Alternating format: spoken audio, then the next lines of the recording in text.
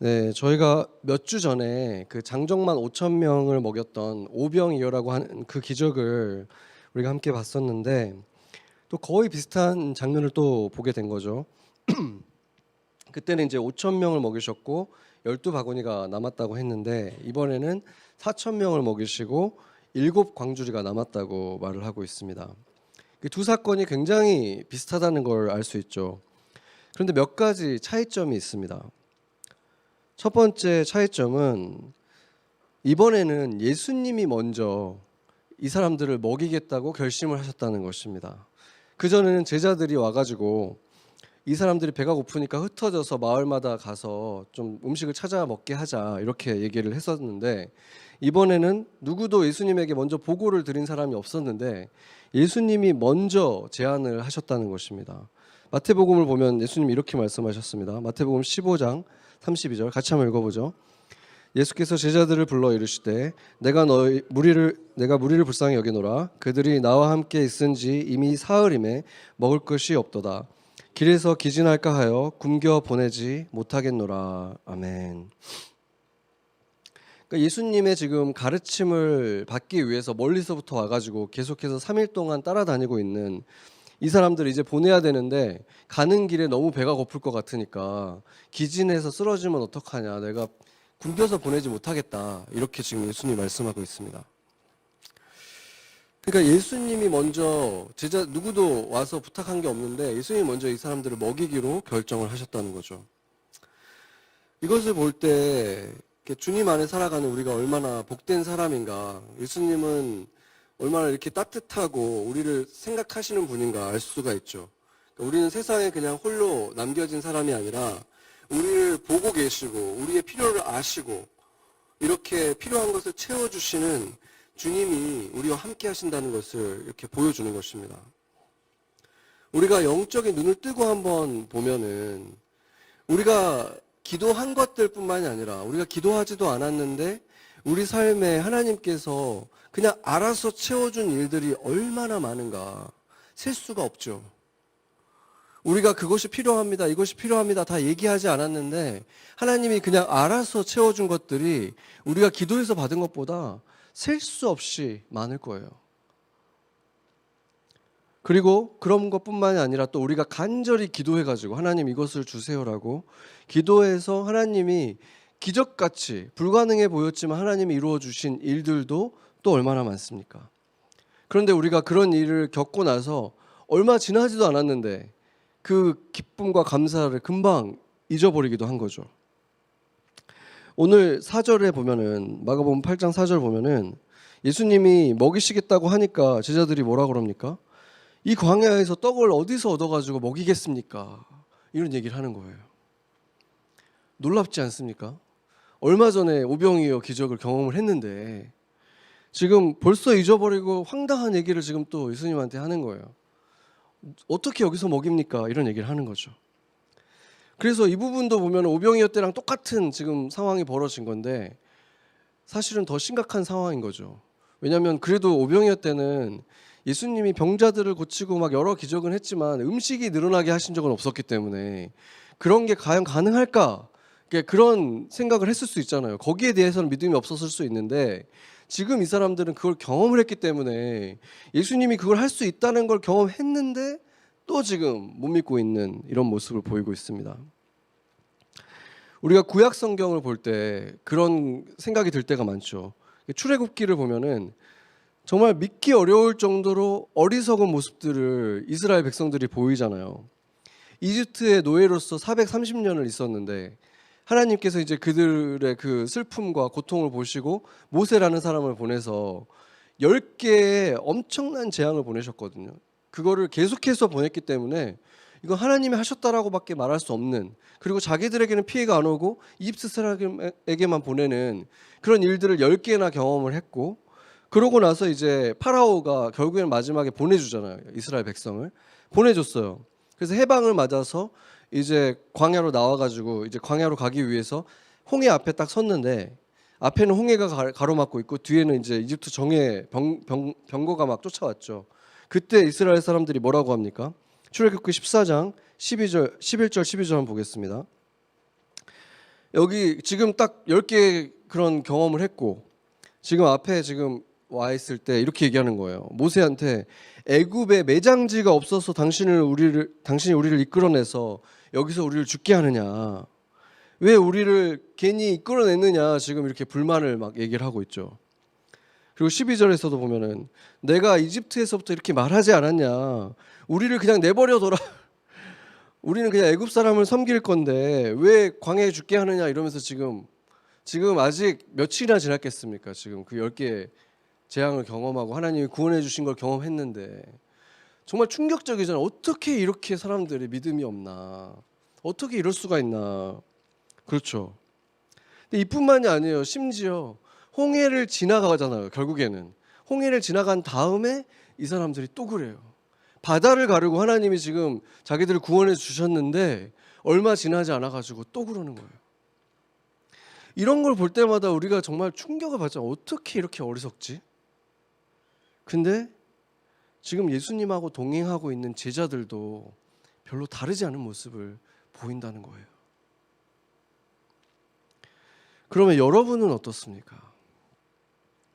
분명히 하나님이 셀 수 없이 많은 일들을 내 삶에 내가 기도도 안 했는데 이루어주셨다는 생각에 막 감격에 젖을 때가 있고 또 내가 분명히 간절히 기도해서 하나님이 정말 일어날 수 없는 일이 일어나게 하셔가지고 그 감격 속에서 하나님 살아계신다 할렐루야 막 했던 게 얼마 지나지도 않아가지고 지금은 또 매사에 하나님이 나를 과연 지켜주실까? 이번에도 나를 구원해 주실까? 이런 믿음이 있냐는 것입니다. 왜? 지금 제자들도 지치고 배가 고팠잖아요. 지금 이 상황에서 왜 예수님이 또 배불리 먹여줄 거라는 믿음이 이들에게 없었을까요? 왜 얼마 지나지도 않아서 이렇게 금방 풀이 죽고 믿음으로 기도하는 게 아니라 마치 떠보든 듯한 그런 기도, 이런 기도를 하는, 기도도 드리지 않는 이런 모습이 있을 수가 있을까? 왜 그러겠습니까?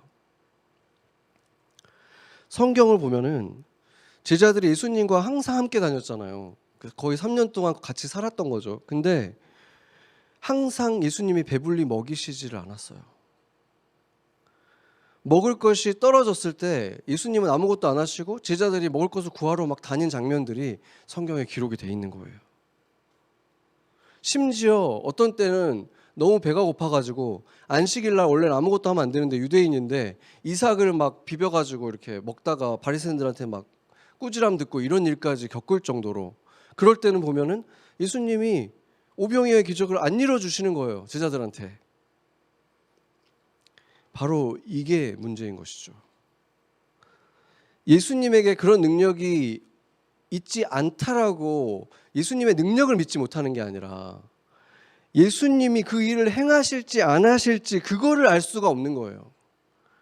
어떨 때는 엄청난 기적을 지금 구하지도 않았는데 이렇게 막 주시는데 다른 때는 이삭이라도 잘라가지고 그거라도 먹지 않으면은 굴물판으로 주지 않으실 때가 있기 때문에 제자들이 그런 믿음이 생기지가 않는 거죠. 여러분이 기도를 열심히 하지 않게 되는 이유도 똑같지 않습니까? 큰 기대가 없는 거 아닙니까? 어차피 꼭 필요한 일이면은 내가 기도 안 해도 하나님이 분명히 이루실 것이고 내가 간절히 기도를 드린다고 해서 그걸 또 하나님이 꼭 이루어주시는 것도 아니니까 마치 제자들처럼 그래서 이번에도 주님이 행하실 겁니까? 여기 지금 아무것도 없는데 주님이 행하시지 않으면 아무도 먹을 수가 없을 텐데 주님이 행하시겠습니까? 이렇게 떠보는 듯한 이런 기도, 이런 맥 빠진 기도를 하고 있지 않습니까? 기도가 무엇인지 물어보면은 세상의 사람들은 아마 거의 비슷한 대답을 할 거예요. 제가 이번에 월드컵 때도 보니까 거의 모든 민족들이 기도를 하더라고요. 뭐 아프리카 각자 다른 표정과 다른 방식으로 하지만 눈을 감고 막 이렇게 뭐 PK 앞에서는 다들 그렇게 기도를 하고 있더라고요. 그러니까 무슨 종교인지는 모르겠지만 이렇게 두 손을 모으는 사람들도 너무 많이 봤어요. 이게 뭡니까? 두 손을 모으듯이 마음을 자기의 정성을 다 모으는 거잖아요. 제발 하면서 이런 모습을 흔하게 볼 수가 있는 것이죠. 그들이 공통적으로 하고 있는 건 뭐냐면은 신적인 어떤 초월적인 힘에 대해서 이 손을 모아서 부탁을 하는 거예요. 제발 내가 소원하는 이 일이 일어나게 해주세요. 소원을 드리는 것, 이렇게 초월적인 존재의 마음과 정성을 모아서 소원을 말하는 것이 아마 다들 기도라고 생각을 하는 것이죠. 우리 그리스도인들도 마찬가지로 이런 청원 기도라고 하죠. 청원 기도도 분명히 너무나 중요한 기도의 하나의 방법입니다. 기도의 내용입니다. 그런데 기도의 예시라고 할 수 있는 것들을 보면 구약 성경에는 이 시편이 기도의 예시라고 할 수 있는데 시편 내용들을 보면 자세히 보면 뭔가를 간절히 요구하는 하나님한테 소원을 얘기하는 것들은 극히 일부에 불과하다는 것을 알 수 있습니다. 우리가 몇 주 전에 굉장히 상세히 본 시편 23편을만 보더라도 하나님께 뭔가를 구하는 부분은 거의 보이지 않고 하나님은 이런 분이다. 오히려 자신이 상기하면서 하나님을 안어하는 이런 것들이 더 많지 뭔가를 부탁하는 부분은 많지가 않아요. 그리고 우리가 기도 중에 기도가 예수님이 직접 가르쳐 주신 기도, 우리가 예배 시작하기 전에 항상 하는 주기도문의 내용을 보더라도 하나님의 이름이 영광을 받기 원합니다. 하나님의 왕국이 임하시옵소서. 그러니까 하나님의 뜻이 이루어지기 원합니다. 이렇게 내 소원을 뭔가 구하는 이런 내용들이 별로 없다는 것을 알 수 있습니다. 제가 우리 이 자녀들 예배에서 아이들한테 굉장히 주기적으로 계속해서 자주 설교하는 게 뭐냐면 바로 기도 응답에 대한 거거든요. 거기서 제가 이렇게 가르칩니다. 우리가 기도하면 하나님은 항상 들으신다. 그리고 세 가지 방식으로 우리에게 응답하신다. Yes, no, wait. 이렇게 세 가지로 하신다는 거죠. 그래서 덧붙이는 거예요. 하나님은 우리에게 가장 좋은 걸 주시기 위해서 뭔가 우리가 지금 당장은 좋아 보이지만 별로 좋지 않을 것, 나중에 해가 될 수도 있는 것에 대해서는 yes로가 아니라 no로 대답하실 수가 있다.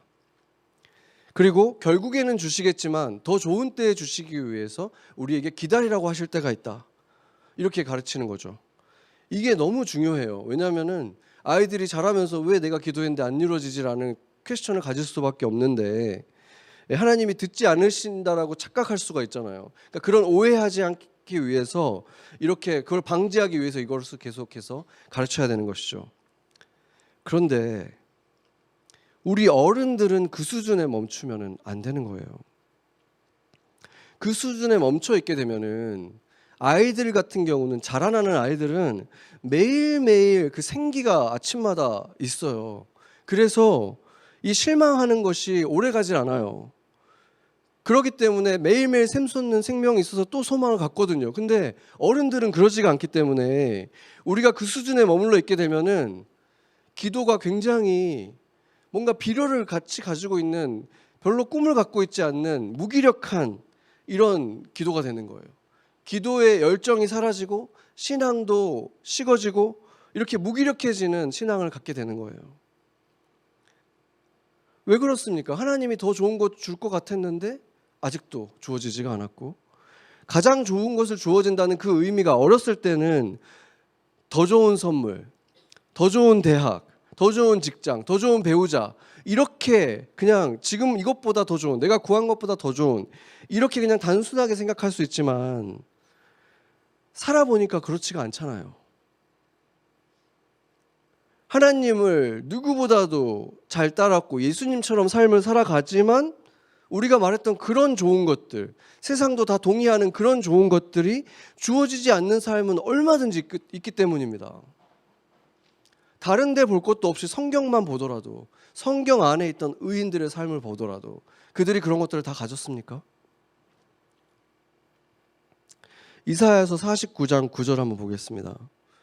같이 한번 읽어보겠습니다.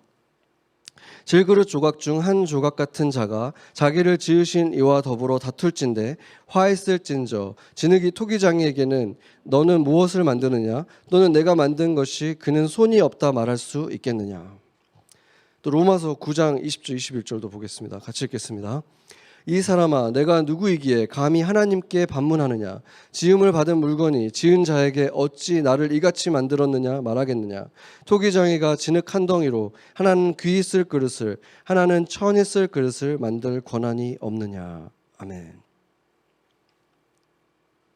지금 구약 성경의 선지자도, 그리고 신약의 사도 바울도 똑같은 말을 지금 하고 있는 것이죠. 요즘 교회에서는 정말 인기 없는 구절, 거의 선포도 되지 않는 구절입니다. 그렇지만 막 예수님을 믿은 사람이 아니라면 이 구절을 소화시키지 않고는 하나님을 제대로 알고 있지 못한 사람인 것입니다. 하나님과 나의 차이를 제대로 알고 있지 않으면, 하나님과 인간이 얼마나 큰 차이를 가진 존재인지를 알지 못하면, 그 하나님이 인간의 몸을 입고 우리에게 오셨다는 그 은혜도 얼마나 큰 것인지 가늠할 수가 없는 거예요. 더욱이 진흙덩어리에 불과한, 하나님이 만든 진흙덩어리에 불과한 나 같은 자를 구하기 위해서 진흙 덩어리들에게 매를 맞고 침뱉음을 당하고 그런 처참한 대우를 받으면서 공개적인 수치감 속에서 죽으셔야 했다는 이 사실이 그 의미가 얼마나 충격적인 것인지 깨달을 수가 없는 것입니다. 하나님의 크심을 모르면 우리가 받은 그 은혜의 크기조차도 너무 작게 느껴질 수밖에 없는 것입니다. 그래서 예수님은 제자들의 마음을 다 아셨지만 결코 항상 그들이 원하는 것을 주시지 않았어요. 그들이 구한 것이 최선이 아니었기 때문에 그럴 때도 있지만 그것만이 아니라는 거예요. 그들의 삶의 주권자가 누구인지 절대로 잊어서는 안 되기 때문입니다. 하나님은 일정한 방법대로 기도를 해서 그렇게 딱 제대로 올바른 포뮬러를 가진 기도를 가지고 요청하면 마치 요술램프의 지니처럼 판단도 없이 그냥 막 주시는 그런 분이 아니라는 거예요. 그분은 인격을 가진 분이고 우리의 주인이십니다. 응답에 대한 주권을 가지고 계신다는 거예요.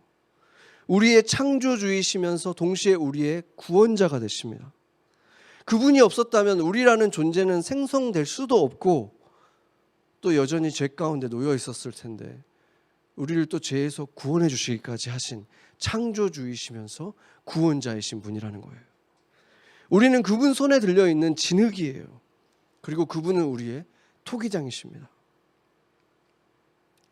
하나님이 놀라운 능력이 있다는 것을 인정은 하지만 내가 볼 수 없는 그 하나님이 나를 선하신 길로, 내가 볼 수 없지만 하나님은 선하신 분이기 때문에, 내가 볼 수 없는 그 위대한 방법을 가지고 계신 분이기 때문에 나를 그렇게 선한 길로 인도하고 있다는 그 믿음이 없으면 진흙의 입장에서는 보지 못하는 것을 믿는 것, 신뢰하는 것밖에는 할 수 있는 게 없는 거예요. 그렇다면은 그 하나님이 응답하시는 기준은 무엇인가? 결국 그것은 우리 인생의 목적이 되는 것입니다. 우리 인생의 목적이 거기에 달려 있는 거예요. 그것에 따라서 하나님이 응답하신다는 것입니다. 그것을 잘 보여주는 것이 시편, 첫 번째 시편 1편부터 6편입니다. 6절입니다. 1편 1절에서 6절 같이 한번 읽어보겠습니다. 복 있는 사람은 악인들의 꾀를 따르지 아니하며 죄인들의 길에 서지 아니하며 오만한 자들의 자리에 앉지 아니하고 오직 여호와의 율법을 즐거워하여 그의 율법을 주야로 묵상하는도다. 그는 시냇가에 심은 나무가 철을 따라 열매를 맺으며 그 잎사귀가 마르지 아니함 같으니 그의 하는 모든 일이 다 형통하리로다. 악인들은 그렇지 아니하며 오직 바람에 나는 겨와 같도다. 그러므로 악인들은 심판을 견디지 못하며 죄인들이 의인들의 모임에 들지 못하리로다. 무릇 의인들의 길은 여호와께서 인정하시나 악인들의 길은 망하리로다. 아멘.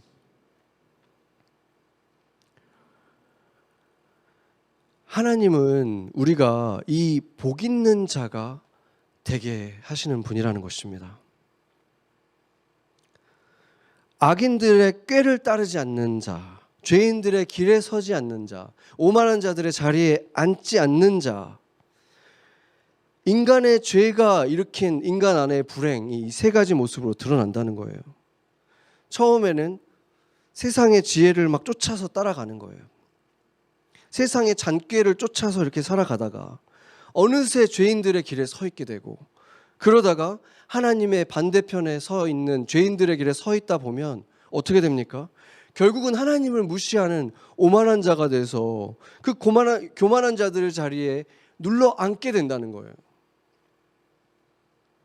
그러나 세상의 잔꾀를 따르지 않고 죄인들의 길에 서지 않고 겸손히 주님의 길을 따르는 사람들은, 하나님의 법을 즐거워하는 사람들은 하나님이 법이 너무 좋아서 주야로 밤낮으로 그 하나님의 말씀을 생각하고 기뻐하고 되새김질하면서 진지하게 그 말씀이 너무 좋아서 그 말씀을 실천하면서 살아가는 이런 사람들은 시냇가에 심은 나무처럼 주님이 이 사람을 통해서 맺고자 하는 열매들을 계속해서 맺으면서 살아가는, 잎사귀가 마르지 않는, 그가 하는 일들이 막힘이 없이 형통하는 이 지경에 이르게 된다는 것입니다. 이 사람의 특징은 하나님의 말씀이 부담이 안 되는 사람이라는 거예요. 하나님의 말씀이 그냥 너무 좋다는 거예요. 내 뜻과 다르니까 더 좋은 거예요. 아, 하나님의 법이 역시 내 차원과 다르구나. 이 사람이 복이 있는 사람이죠. 하나님이 가지치기 할 필요가 없이 자기 스스로 하나님 앞에 계속 나오는 사람. 그가 빠져있는 그 구덩이 같은 곳, 돼지우리 같은 곳에 있는 이런 사람이 아니라, 하나님이 계속 건져줘야 되는 거기에 있는 게 아니라 자기 스스로 즐겁게 하나님을 따른다는 거예요. 주님의 능력만 믿는 것이 아니라 주님이 인도하는 것이 가장 좋은 길이다, 주님이 선하신 분이다라는 것을 인정하며 그 길을 따르는 사람. 하나님은 당연히 우리 모두가 다 그런 복 있는 자가 되기를 원치 않으시겠습니까? 그렇다면은 우리가 자꾸 그 악인의 꾀를 따르는 삶을 살려고 할 때, 죄인들의 길에 서려고 할 때, 오만한 자들의 자리에 앉으려고 할 때 주님은 어떻게 하시겠습니까? 그냥 그 길 가라고 내버려 두시겠습니까? 우리가 그 길에 가면서도 마음의 소원으로 주님 길 따르겠다고, 주님 눈에 보석 같은 자 되고 싶다고 이렇게 찬양을 올려드릴 때 우리가 그런 삶을 살아간다면 하나님이 그냥 두시겠습니까? 그 바람에 나는 겨처럼 악인들의 심판을 받는 자처럼 그냥 내버려 두시겠습니까? 바울을 보면은 자신이 근심하는 자 같으나 항상 기뻐하고 이렇게 서로 모순되는 표현을 하고 있습니다. 왜 그러겠습니까? 이 근심은 영적인 근심이에요. 내가 이렇게 잘못된 길로 가고 죄인들의 길에 섰을 때 내가 그것을 견디지 못하게 만드는 마음이 내 안에서 일어나는 거예요. 내 안에서 그 약함이 나타났을 때, 발견됐을 때 근심하는 거예요. 내 영이 성령과 함께 근심하는 거예요. 이게 영적인 근심인 거예요. 그런데 어떻게 근심하면서 기뻐합니까? 진흙의 겸손함으로, 토기장이를 신뢰함으로 하나님께 즉시 맡겨드리는 거예요. 나의 그 약함이 발견될 때, 그 악함이 발견될 때 하나님한테 드리는 거예요. 주님, 내가 여전히 이거밖에 안 됩니다. 그때 주님이 나에게 그 기쁨을 부어주시는 거예요. 그 해방을 주시는 거예요. 우리가 고침을 받으면서 성장을 해나갈 때 우리가 근심하지 않을 수는 없습니다. 변화가 필요한 부분이 남아있다면 우리는 또 근심할 일이 있을 거예요. 그렇지만 우리가 주님을 신뢰할 때 그 근심조차도 주님께서 나를 변화시키고 겸손케 하시는 방법으로 쓰실 거라는 믿음을 가지고 주님께 계속 나아갈 때 결국은 나는 어느 순간에도 주님과 함께하는 그 시냇가에 심은 나무처럼 형통한 자, 기쁨을 누리는 자가 된다는 것입니다. 바울과 같이 우리는 내 은혜가 내게 족하다라는 그 음성을 들을 때까지 주님께 계속 청원을 해야 돼요. 필요한 게 있으면 구하고 나의 연약함을 주님께 아뢰고 계속 청원을 하는 거예요. 그런데 그렇게 간절히 주를 찾다가 결국 주를 만나게 되면 어떻게 됩니까? 바울처럼 결국 주님을 더 깊이 만나게 한 자신의 그 육신의 가시 또한 하나님의 은혜였다고 고백하는 사람이 되는 거예요. 그 약함이 선물이다라고 주님한테 고백하고 사람들한테 자랑하고 하는 그런 사람이 되는 거예요. 그러면은 기도가 달라지는 거죠. 예전에는 항상 청원 기도만 했는데 이제 내 기도가 점점 달라지는 거예요. 고린도후서 12장 10절 같이 한번 이 바울의 기도를 한번 같이 한번 드려보겠습니다. 그러므로 내가 그리스도를 위하여 약한 것들과 능욕과 궁핍과 박해와 공고를 기뻐하노니 이는 내가 약한 그때의 강함이라. 아멘. 지금 바울이 이 얘기를 한 것은 나는 이런 수준이야 라고 지금 자랑하기 위해 쓴 게 아니에요. 이 글을 보는 모든 그리스도인들이 바로 모두 이렇게 복 있는 자가 되라고, 더 이상 이런 환난과 공고가 슬픔에 머물러 있게 하는 게 아니라 그 상황에서도 주님께 올려드리고 더 깊이 주님을 만나고 더 뜨겁게 주님을 만날 수 있기 때문에 그 순간에도 기뻐할 수 있는 자가 되라고, 이렇게 복 있는 자가 되라고, 풀이 메마름이 없는 시냇가에 심은 나무가 되라고 지금 자신의 경험을 나누고 있는 것입니다. 예수님은 제자들에게 이번에도 똑같이 물으셨어요. 너희들에게 떡이 몇 개나 있느냐? 예수님은 굳이 그 초라한 도시락을 가져오라는 거예요. 지금 보면은 떡은 7개가 있는데 지금 그 생선 조각은 두세 개라 그러거든요. 지금 이게 몇 개인지 구별도 잘 안 될 만큼 이렇게 막 망가져 있는 거죠. 3일을 들고 다닌 거니까 얼마나 이게 다 조각조각 몇 개인지 말하기도 민망한 수준으로 돼 있겠습니까? 근데 그걸 가져오라는 거예요, 예수님한테. 왜 굳이 우리한테 가져오라고 하시는가? 그냥 하늘에서 내리시면 되는데. 이것에 대한 우리의 의문은 왜 하나님에게 우리라고 하는 이 부족함 투성이인 동역자가 필요할까? 이것과 똑같은 질문인 것입니다. 아이들이 있는 집에 가보면은 공통점이 있어요. 대부분 벽에 희한하게 생긴 그림들이 하나씩 붙어 있어요. 그게 뭘 그린 건지 추상화인지 알 수 없는 그런 주제를 파악하기 어려운 그림들이 붙어 있죠. 다른 사람들에게는 아무런 의미가 없어 보이는 그 그림들이 부모는 액자에다 고이 넣어가지고 올려놓는 거예요. 벽에 걸어놓을 만큼 자랑스러운 거예요. 어디 비싼 그림보다 그게 훨씬 더 귀하게 여겨지거든요, 부모한테는. 왜냐하면 그걸 볼 때 흐뭇하고 기쁨이 넘치니까.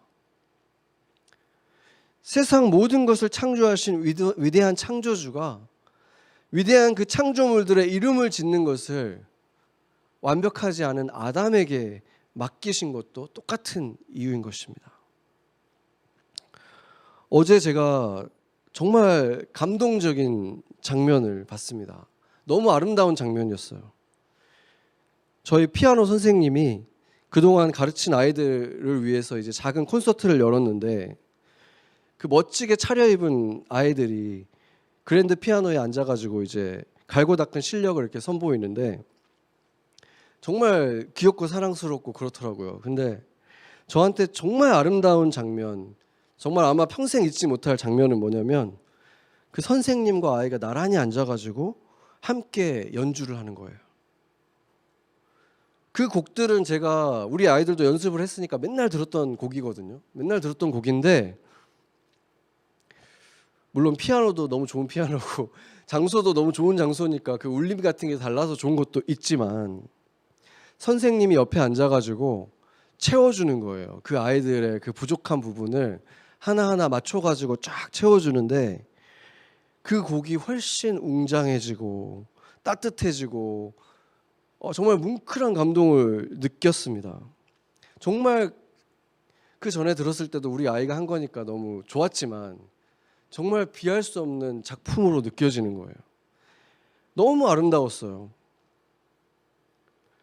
이게 그리고 선생님이 메인 섹션에 앉아서 치는 게 아니라 아이가 메인 섹션에서 치고 선생님은 그 옆에서 보조하는 곳에서 그거를 채워주는 거잖아.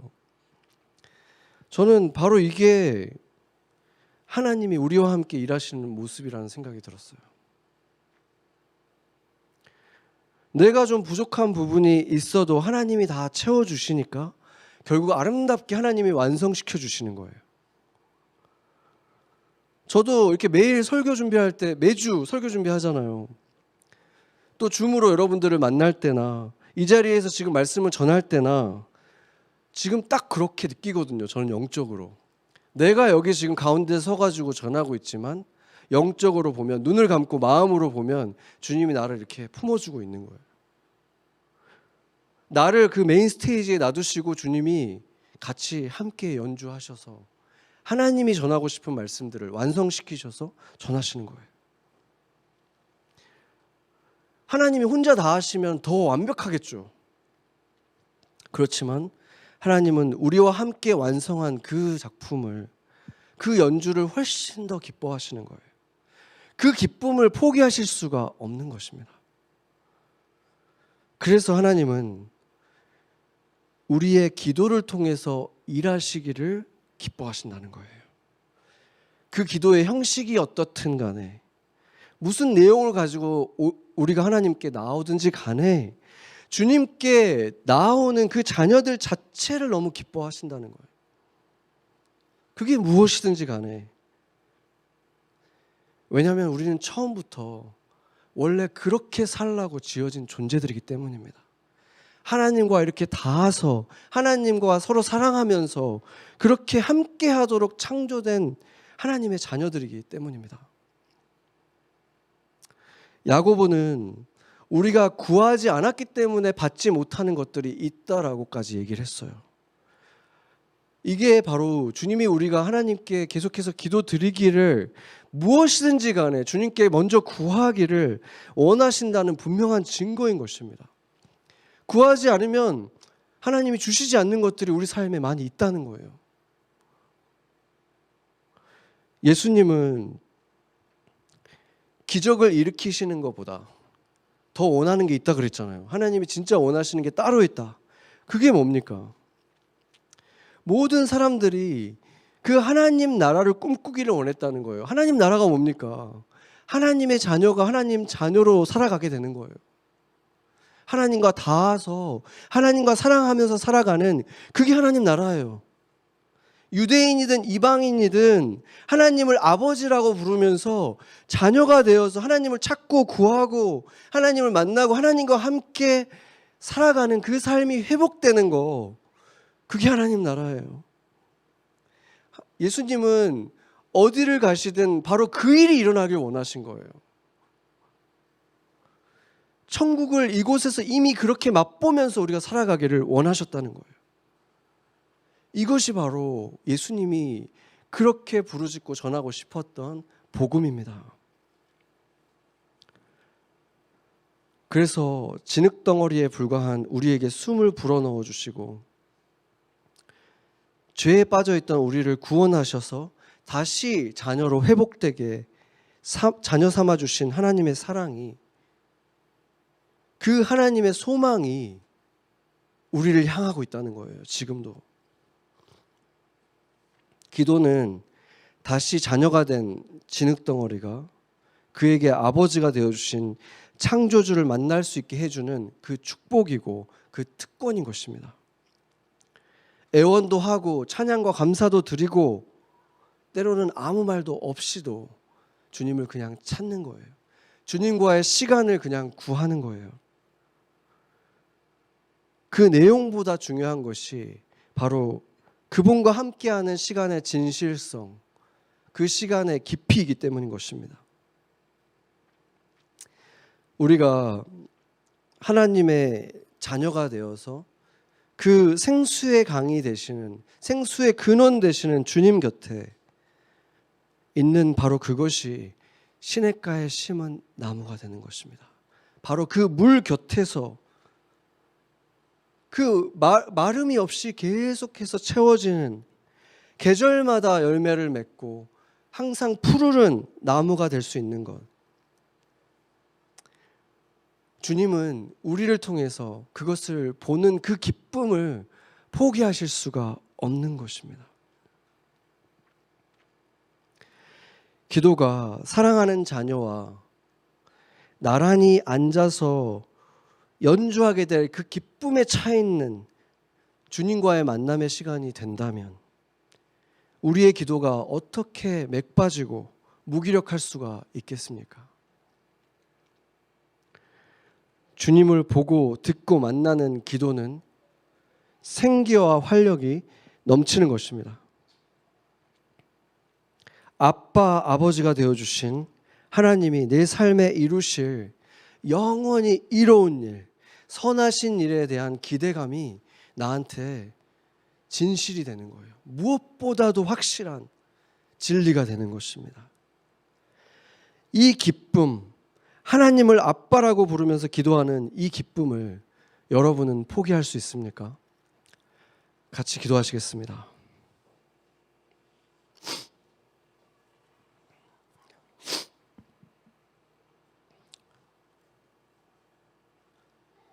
왜 하나님께서 우리에게 쉬지 말고 기도하라고 하시는지,